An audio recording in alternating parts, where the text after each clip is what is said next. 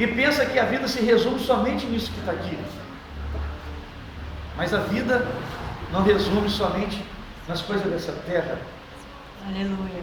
Eu disse aqui na semana passada que o ser humano, nós, essa pessoa que está bonita sentada do seu lado, e esse pastor bonito que está na frente dos seus olhos, nós somos os únicos seres que temos duas características. Nós somos seres materiais e nós também somos seres espirituais. O cachorro não tem essa característica, o boi, a vaca, o cavalo, o jumento, o burro, nada criado nessa terra tem essas duas características. Só são seres materiais. O boi e a vaca é somente ser material. Só ser material. Agora, a gente, nós que estamos aqui, nós não somos só seres materiais. Nós somos seres materiais e também somos seres, presbítero José, espiritual. Eu ensinei para os irmãos aqui o seguinte: nós temos essas duas naturezas.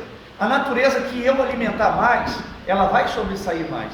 Se eu dar alimento mais à minha carne vai sobressair mais, pastores, irmãos. Mas se eu alimentar o meu espírito vai sobressair. Amém? Amém. Então nós temos, professor, irmãos, essa característica. Nós somos seres materiais e nós também somos seres espirituais. As coisas valem ela igual uma moeda. Uma moeda, para ter valor, ela tem que ter cara e coroa. Tudo para funcionar tem que ter os dois lados. Então, assim como existe o Papai do Céu, existe também o diabo. Deixa eu dizer uma coisa para os irmãos: o diabo, ele existe. Ele é tão real quanto o nosso Deus.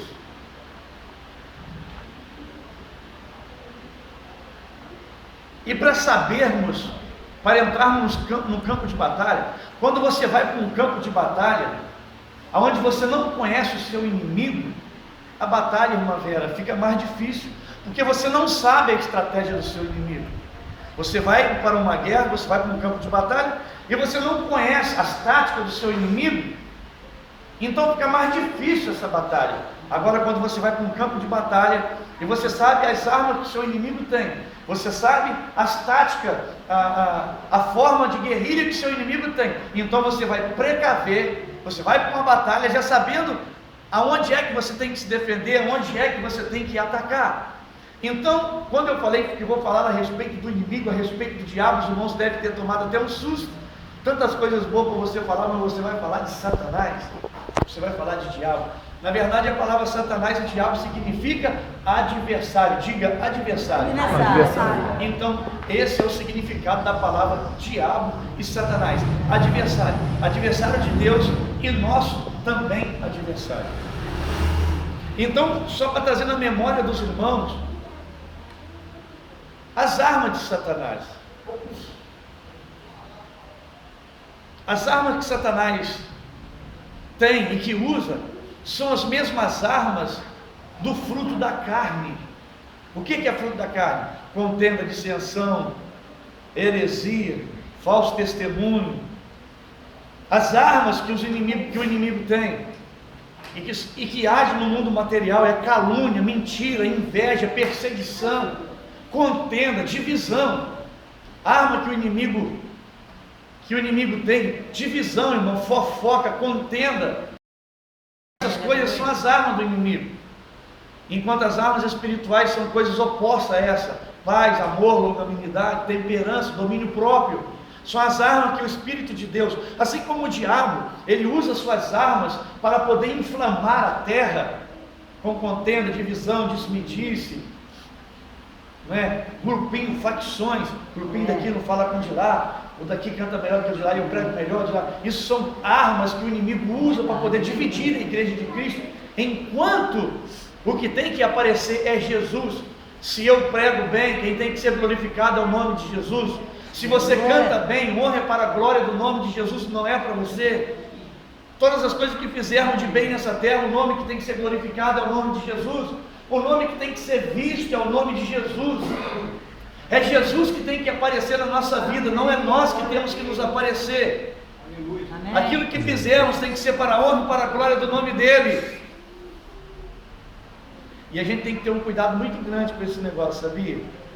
Aquele tapinha nas costas. Eu sei que tem gente, até nisso a gente tem que saber. Até nisso você tem que saber receber um elogio. Se alguém, vou ensinar isso aqui antes de entrar no estudo, vou ensinar isso aqui para vocês aprenderem, nunca mais esquecer. Nós temos que aprender a receber elogios sem deixar descer para o coração. Se alguém falar, você prega bem, você fala graças a Deus, honra e glória para Jesus. Falar, irmão, você é uma pessoa boa, graças a Deus, honras e glória para Jesus. Se alguém falar assim, Degmar, você é bom, você vai falar, eu vou falar, eu não sou bom não. Então eu não tenho característica de Cristo, porque a palavra amor está relacionada em ser uma pessoa boa. Eu não posso, irmã Célia, viver o amor se eu não ser, irmã Vera, uma pessoa boa. Então quando alguém falar assim, eita ferramenta, cheguei com o espírito agora. Então se alguém falar que você é uma pessoa boa, não repreende aquela pessoa, não aprenda a receber o elogio e retribuir isso a Deus. Você é bom, eu sou bom mesmo. Amor, porque a palavra amor está relacionada em uma pessoa boa. É impossível uma pessoa produzir fruto de amor, irmã Vera. Vocês estão entendendo? Amém. Amém. Então, até no elogio também, glória, honras e glória para o nome de Jesus.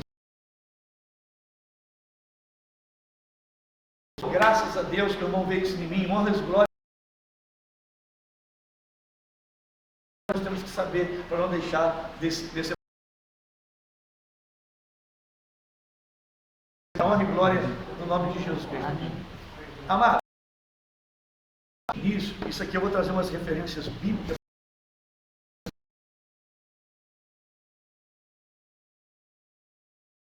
a respeito de Satanás, como é que ele foi feito de batalhas ocultas.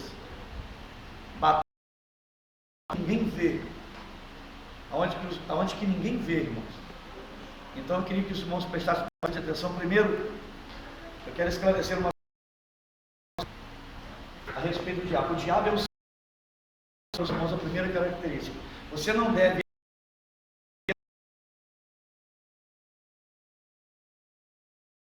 e nem tampouco subestimá-lo.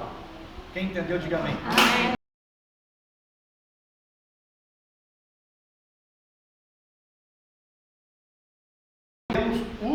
Subestimá-lo. Exaltação para o nome de Jesus. E nem tampouco subestimá-lo.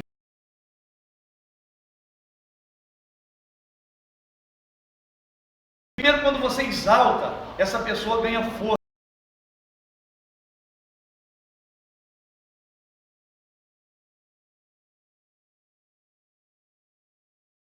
Quando nós desprezamos,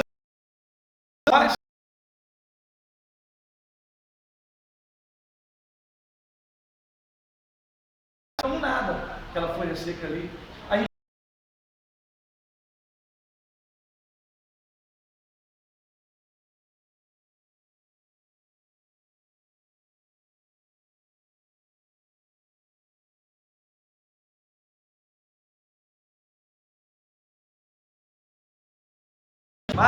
o evangelista Gesiel, o inimigo, pode abrir brecha aonde ele pode atacar. Mas também não subestimá-lo, não abrir.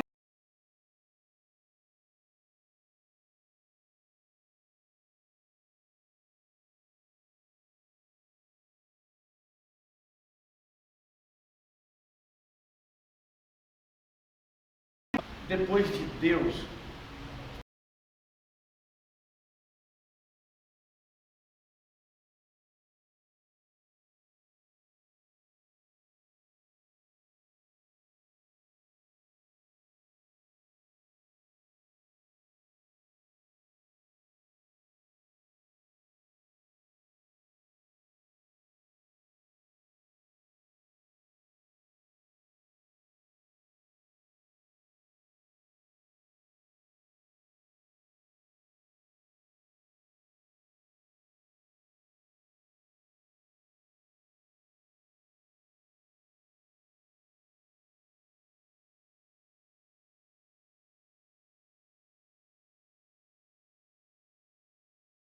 porque além dele ser um querubim, irmã Célia, ele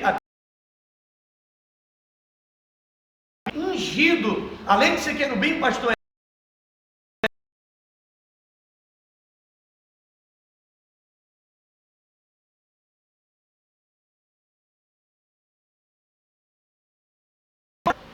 Olha só.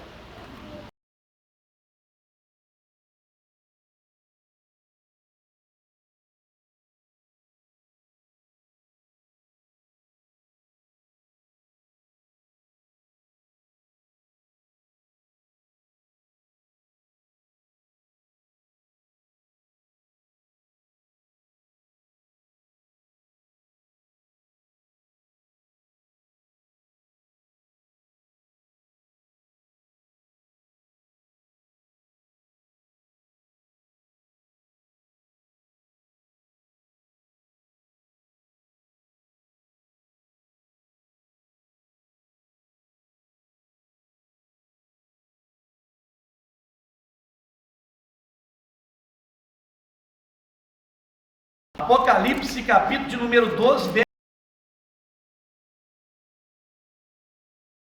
bem alto. Agora você está brigando, né?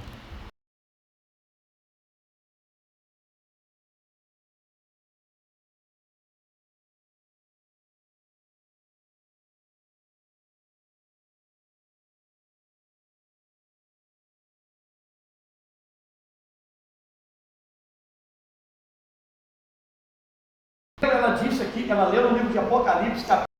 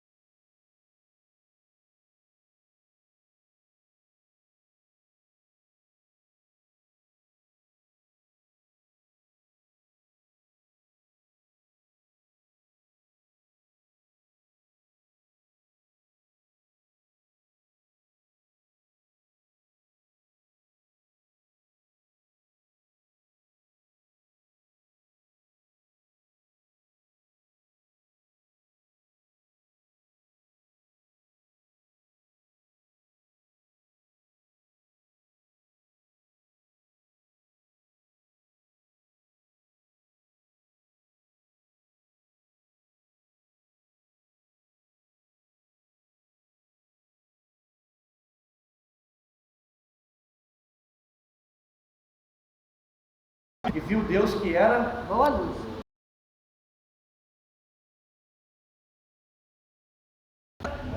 bom. Agora preste bem atenção.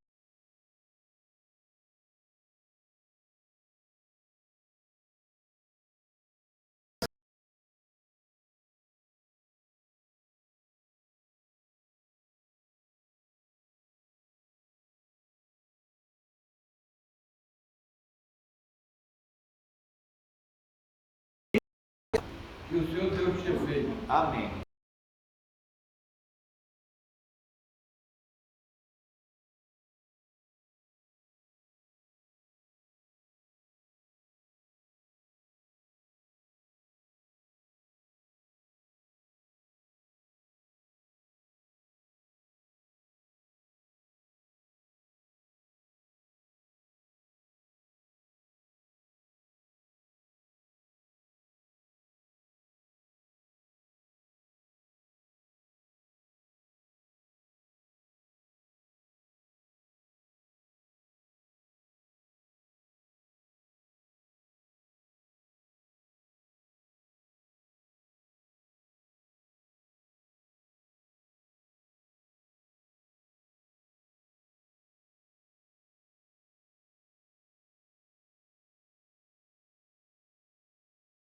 parecer, não é? Mas na verdade,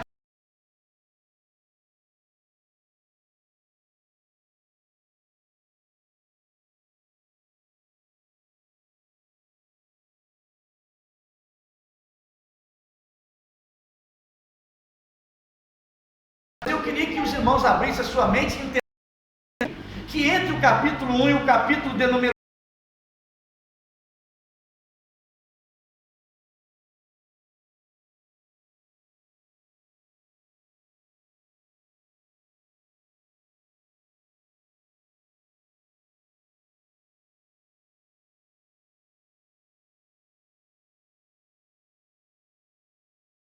capítulo 3 diz que tudo que Deus fez era bom.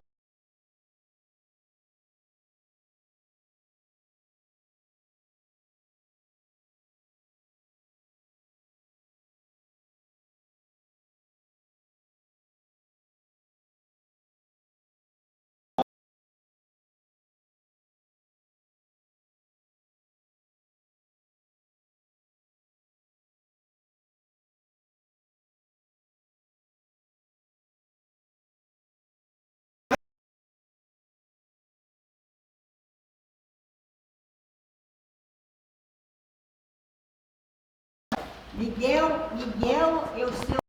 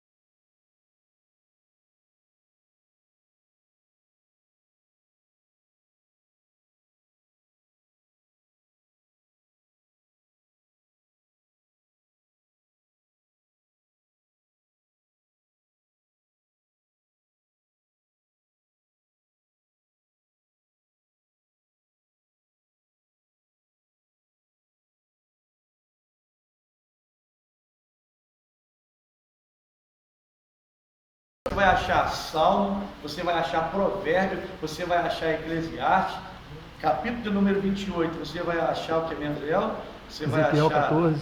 Cantares de Salomão, você vai Cantares de Salomão, você vai encontrar Jeremias, depois você vai encontrar Ezequiel. Eu estou errado. Se tiver, me ajuda aí, que eu estou a idade já, né? Capítulo de número 28. Quem achou, diga amém. Amém. Deixa eu ler o versículo. Olha só. A primeira característica aqui do capítulo 28, versículo 14, é que tudo que os irmãos vão ler na Bíblia a respeito de Satanás, é por isso que a gente não pode subestimá-lo, mas se os irmãos encontrar as características dele, olha para mim, isso aqui é muito interessante, Gisele, olha para mim. Os irmãos vão encontrar a característica, ele não deixou de ser diabo, ele não deixou de ser Satanás, mas quando vai falar a respeito das suas características que ele tinha nas mansões celestiais, os irmãos vão encontrar no passado, era. Eu vou explicar para os irmãos, quem achou, diga amém. Amém. O versículo de número 14 diz assim: tu eras querubim, hein? Então olha para cá para mim, tu eras querubim ungido. Primeiro está dizendo que ele era, e nesse passado dele, ele além de ser querubim, ele tinha aquilo que eu já expliquei para os irmãos, um QI a mais dos outros querubim, porque o versículo de número 14, olha para mim, amados, o versículo de número 14 de Aconisa Ilso está dizendo que ele era querubim, ele tinha um QI além dos outros, e ele recebeu o quê? Uma unção na vida dele. Então, ele além de ser querubim, ele tinha um QI a mais, ele tinha um QI da unção que Deus tinha colocado sobre ele. Além de ser querubim, presbítero José, ele era querubim, ainda era ungido, porque os outros querubim não eram ungidos, esse aqui era diferente. Além de ser querubim, ele era querubim ungido. Tu eras querubim ungido para proteger. Quem pode ler para mim bem alto? Tu eras o querubim ungido para cobrir o que estabeleci no Monte Santo de Deus. Estava no meio das pedras afogueadas e andava. Amém. Era querubim, olha só o camarada, onde que ele vivia. Era querubim ungido e andava sobre pedras de fogo. Aleluia. Continua lendo, pastor. Perfeito eram os teus caminhos desde o dia que foste criado, até que se achou iniquidade em ti. Na multiplicação dos teus comércios, encheram no teu interior de violência, e pecaste, por isso te lancei profanado no monte de Deus, até que fiz perecer o querubim, cobridor, no meio das pedras afogueadas. Elevou-se o seu coração por causa da tua formosura, rompeste a tua sabedoria por causa do seu esplendor. Por terra te lancei, diante dos reis, te pus, para que olhem para ti. Amém. Para um ti para mim. Lançou ele por terra. Então, essas batalhas que eu estou lendo para os irmãos, ela aconteceu, apesar de estar escrito cá na frente na Bíblia, ela aconteceu lá entre Gênesis, capítulo 1 e Gênesis, capítulo número 3. Quem está entendendo, diga amém. Amém. Glória a Deus. Agora eu queria que os irmãos abrissem no livro de Isaías, para os irmãos verem como é que era esse camarada. Isso que os irmãos viram aqui, que o pastor Alexandre acabou de ler, abre a Bíblia aí no livro de Isaías, capítulo 14, versículo 13 e o 14, especificamente o 14, nós vamos ler o versículo 13 também. Isso aqui, essas características que ele tinha, a Bíblia está citando, irmã Alessandra, que estava no passado. Você andava sobre pedra floreada, e essa característica dele ficou no passado. E o pastor Alexandre, ele leu aqui outras características dele, que nós vamos abrir aí no livro do profeta Isaías, no número de capítulo de número 14, o verso de número 13 e o verso de número 14. Eu quero alguém que lê bem alto para mim. Isaías 13, 14? Isso. Versículo é 14, né? Isso. Pode ler. Isaías capítulo 14, versículo. Tu dizias, teu coração, eu subirei ao céu, e acima das estrelas de Deus, exaltarei o meu trono, e no monte da congregação, me aceitarei da banda dos lados do norte. Subirei. Agora eu vou. Pode o outro? Subir. Não, só o 13 e 14 para me ler de novo para mim. O 13 de novo? Vai lendo. Tá. Tu dizias no teu coração, eu subirei ao céu, em cima das estrelas de Deus, exaltarei o meu trono, e no monte de aconselhação me exaltarei da banda dos lados do norte. Subirei em cima das mais altas nuvens, e serei semelhante ao Altíssimo. E contudo levado serás inferno ao mais profundo do abismo. Amém. Amados, dá a entender aqui o seguinte: o diabo, por receber tanto privilégio,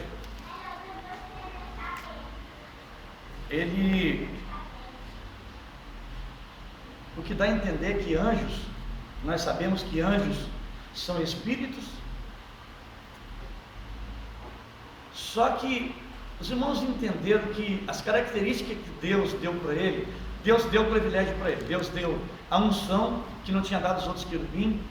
A Bíblia diz que ele tinha formosura como nenhum tinha. Ele era o anjo mais bonito que tinha no céu. Se falar de um cara bonito lá no céu, era esse camarada. A Bíblia diz que ele era revestido de formosura. O que é formosura? É uma coisa bonita de se ver. Se chegasse alguém no céu, se chegasse alguém lá no céu, o evangelista Gesiel, irmão, falasse assim: Deus, eu queria que o Senhor me mostrasse uma coisa bonita que o Senhor fez.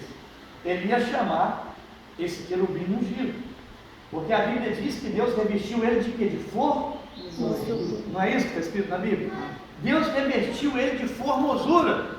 Então, se alguém chegasse a Marcelo lá no céu, falasse: Deus, eu quero que o Senhor me mostre uma coisa bonita que o Senhor fez. Ele ia chamar esse querubim ungido e ia chamar: você quer ver uma coisa bonita? Quero, então olha para aquele cidadão ali que eu fiz. Então ele foi dotado de formosura, ele foi dotado de beleza, de poder e de autoridade. Aí de um outro lado, fala que ele deixou essas coisas descer para o seu coração. Olha, anjo é espírito, anjo tem coração, mas está dizendo que tem, que Deus tem coração? Tem. Deus tem sentimento? Tem. Então, quando fala aqui que ele pegou todas essas coisas que foi dado para ele e deixou descer para o seu coração, ele era um cara tão bonito, tão poderoso, que chegou uma hora que ele pensou no coração dele: eu posso ser igual a Deus. Eu vou subir para o reino do norte, vou subir acima das mais altas estrelas e vou colocar o meu trono ali e vou ser semelhante ao Altíssimo. Foi aí que desencadeou a batalha de Apocalipse capítulo 12 e que aconteceu entre Gênesis capítulo 1 entre o versículo de número 3. Quem entendeu, diga amém. Amém. E ele foi lançado lá de cima. Hoje a Bíblia diz que os irmãos já leram, foi lançado nessa terra e anda fazendo aquilo que os irmãos sabem que ele fez, que ele foi feito para fazer, que ele desceu para fazer, roubar, matar e destruir. Eu queria colocar uma coisa para aqui. Quando ele fala que você lançou a Terra é o planeta Terra ou a Terra que nós pisamos? Terra que nós pisamos, onde estava Adão e Eva. Amados, nós vamos falar aqui a respeito batalhas ocultas, coisas ocultas. Eu já contei para os irmãos, a Vera sabe que ela me conhece desde quando eu tinha cabelo, eu vim da roça. E a última lavoura que eu trabalhei na roça foi uma lavoura de tomate. E para se plantar uma lavoura de tomate, primeiro tem que ir num bambuzal, cortar o bambu para fazer as réguas de bambu, lascar aquele bambu, lascar para poder fazer as ripas, e elas encontrar em cima e fazer tipo uma cabana assim, aquela carreira de cabanas assim, para poder o pé de tomate crescer e a gente começar a amarrar. Diaconisa, eles devem saber disso. Mas deixa eu falar a respeito de bambu. Vou falar a respeito de bambu porque eu trabalhei cortando bambu e eu vou falar com propriedade. E já estudei a respeito do bambu. Quando se fala de coisas ocultas, coisas que ninguém vê, me vem na memória a respeito do bambu. Quando você chega num pé de bambuzal, o bambu está tão longe, eu não vou falar do bambu depois. Você está vendo aquele pé de abacate que está ali depois daquele caminhão? Olha para lá. Ali tem um pé de abacate. Nós estamos vendo aquilo que está diante dos nossos olhos. aqueles abacates bonitos ali, aquelas folhas verdes, mas só que o pé de abacate, ele não consiste naquilo ali que os irmãos estão vendo. Aquilo ali é só uma aparência. Existe algo que nós não estamos vendo que está sustentando ele de pé, que é as suas Raízes. E quem é que está vendo a raiz dele? Ninguém. Deixa eu falar a respeito do bambu, que deveria ser a característica dos crentes. A minha característica deveria ser essa, irmã Célia. O bambu, segundo aquilo que eu estudei, e eu cortei muito bambu, e não é fácil cortar bambu não pensa que é mole não, porque eu vou te contar, eu sofri muita coisa. Sofri mais do que pandeiro na mão de bêbado. Cortar bambu não é brincadeira, e além de tudo, vocês não sabem, a torceira de bambu, nós chamamos de torceira, aqui vocês conhecem como moita, mas torceira e moita, ela é um depósito de esconderijo de cobras, uma cobra por nome de jararaca, que fiz escondidinha ali no pé do bambu. Eu vou falar isso com propriedade porque eu trabalhei com isso. A Isa também sabe disso, né? Gostava de ficar ali no pezinho do bambu, fresquinho. E o outro que ela é quase da cor da folha do bambu. Exatamente. Então deixa eu falar a respeito do bambu. O bambu, vou falar com propriedade porque eu cortei muito bambu para plantar tomate. Vocês sabiam que a gente olhando com os olhos físicos, a gente só vê da terra para cima, porque da terra para baixo está oculto dos nossos olhos. Mas segundo os estudos, irmã Vera, do mesmo jeito que ele cresce para cima, ele cresce para baixo. Se ele tiver 2 metros para cima, os estudos dizem que ele tem 2 metros também para baixo na terra. Eu trabalhei na roça até meus 18 anos, eu acho. Não gostava muito não de trabalhar. Outro troço triste trabalhando. Vocês não sabem o que é trabalhar em lavoura. Vocês não sabem o que é quebrar milho, viçar café, bater arroz. Não sabem não. É ruim demais. É muito triste. Você já bateu arroz? Então você deve saber o que eu estou falando, né? Bater arroz tem um negócio, eu esqueci o nome daquele troço que a gente batia. Hoje em dia é máquina. E a gente primeiro cortava, fazia aquele montão, depois a gente ia bater, era um terreiro com, esqueci o nome daquele troço, batedor. E ficava ali o arroz armazenado, depois cortava tudo, a gente ia bater o arroz, tinha um negócio por nome de batedor, feito assim de madeira, né, para poder bater e o arroz cair. Só que nesse período que o arroz fica armazenado ali, junta-se muito feio com a formiguinha, aqui é conhecido como formiga de fogo, formiga brava, umas formiguinhas vermelhas. Então quando a gente pegava o molho de bambu, porque fazia isso aqui para bater, para poder tirar da palha o arroz, aquelas formiguinhas caíam tudo aqui dentro. E é triste demais, irmão. Então o bambu, amado, o tanto que ele cresce para cima, ele cresce para baixo. Existem coisas ocultas que os olhos não veem. Nesse exato momento que estamos aqui, acredite, está acontecendo uma batalha muito grande aqui em cima. Está tendo uma guerra muito grande aqui em cima. Primeiro ela começou a acontecer antes de você vir para a igreja.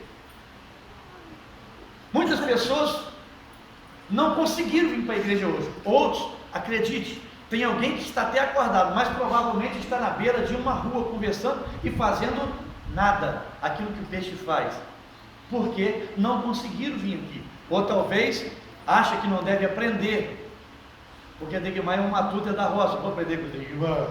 Ele só está cansado de dizer que ele é roceiro, é da roça, entende de plantar arroz, feijão, milho, viçar café, vou para lá para quê? Então se sente superior e não vem sentar para aprender. Outros não vêm porque não conseguem vir, porque na vida dele, no reino espiritual, está acontecendo uma batalha muito grande. E muitas das vezes, se nós não tivermos firme com as nossas raízes, como bambu, bem afundado em Jesus Cristo, essa batalha espiritual acaba nos vencendo.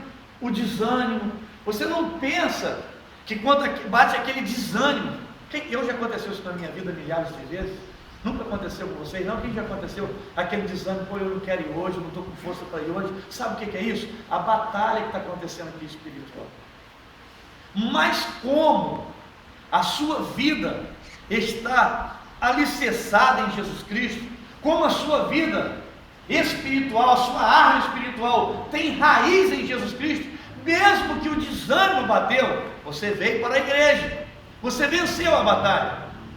O vento soprou, o inverno, vocês vão ver uma coisa, vai dar um inverno, e quando o vento frio soprar, vocês vão passar aqui, se seco, aquele pé de Abacate.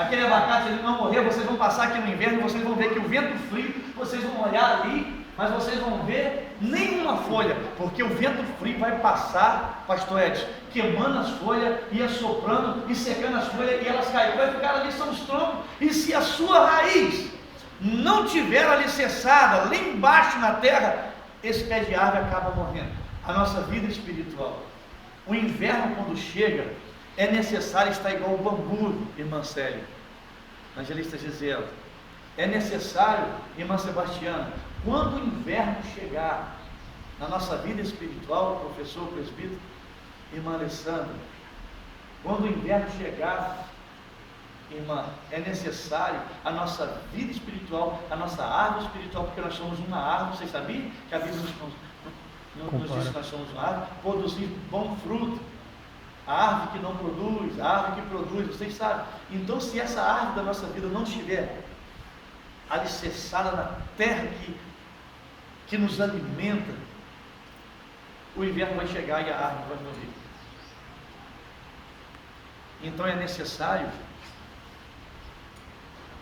estar alicerçado na presença de Jesus Cristo, porque aquilo que está alicerçado em Jesus Cristo não está nos olhos humanos.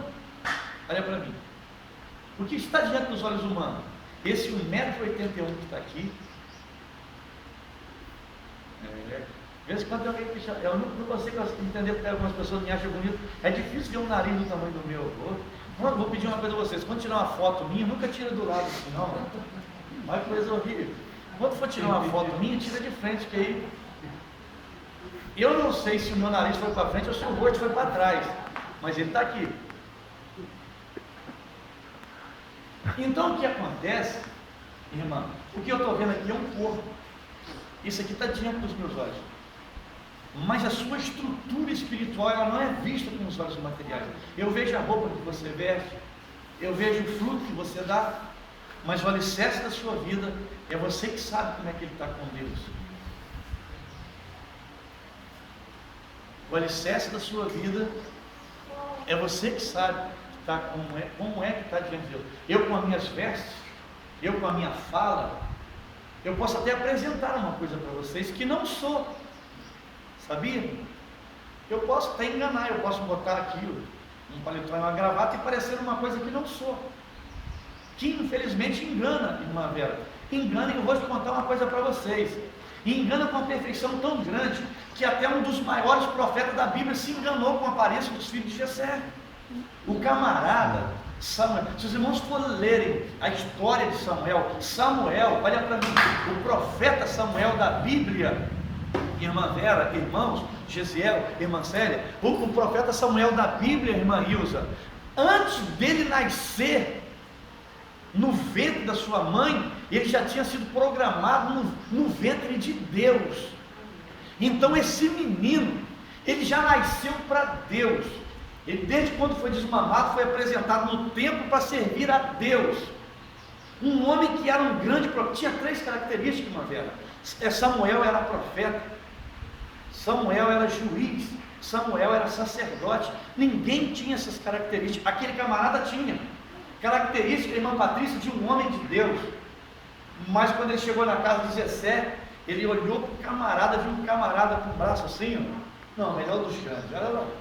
Trabuco de barro daquele negócio. Samuel olhou assim para a aparência e falou: caramba, é esse aqui que é o rei de Israel.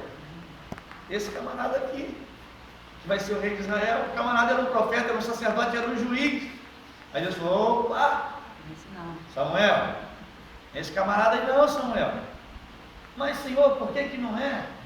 Porque você está vendo a aparência dele, mas o seu interior, a sua raiz é eu que estou vendo. Então você está vendo aquilo que está diante dos seus olhos. Quem está vendo aquilo que não está diante dos seus olhos sou eu. Deus estava confabulando, eu quero conjecturar isso aqui. Aí foi passando aqueles meninos que tinham formosura física e Deus o rejeitou.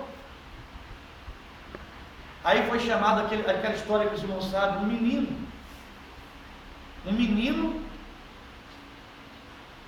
Eu queria que os irmãos abrissem sua Bíblia aí para mim no capítulo de número 17.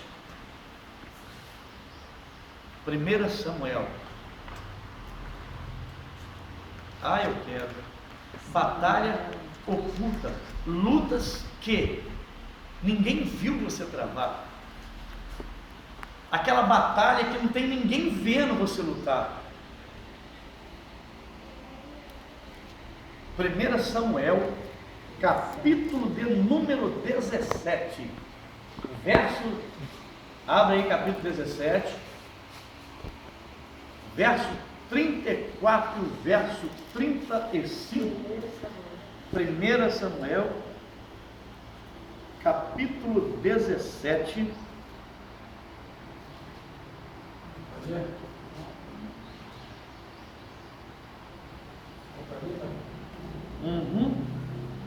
Respondeu Davi a Saul: teu servo apacentava as ovelhas do seu pai. Quando veio um leão ou um urso, e tomou um cordeiro de rebanho, eu saí após ele, e o feri, e livrei o cordeiro da tua boca. Levantando-se ele contra mim, agarrei-o pela barba, e o feri e o matei. Amém. Olha para mim. Essa batalha de Davi aqui, ninguém viu ela. Seu pai não viu.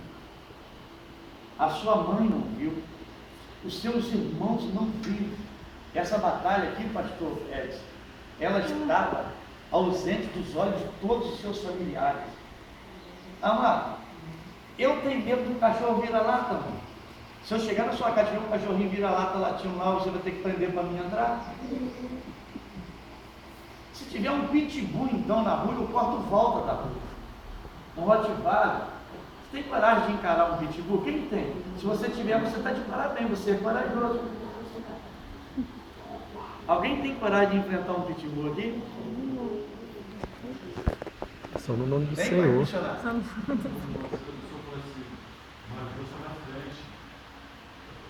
Não, eu só estou perguntando se alguém tem coragem.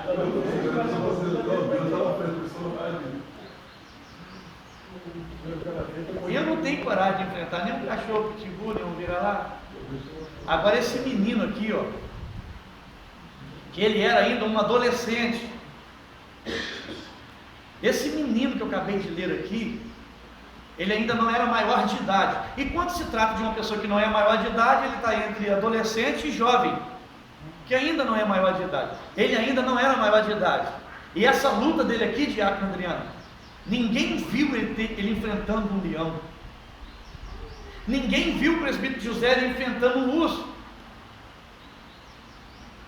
Segundo os estudos, existe leão com mais de 3 metros de comprimento, 3 metros de comprimento.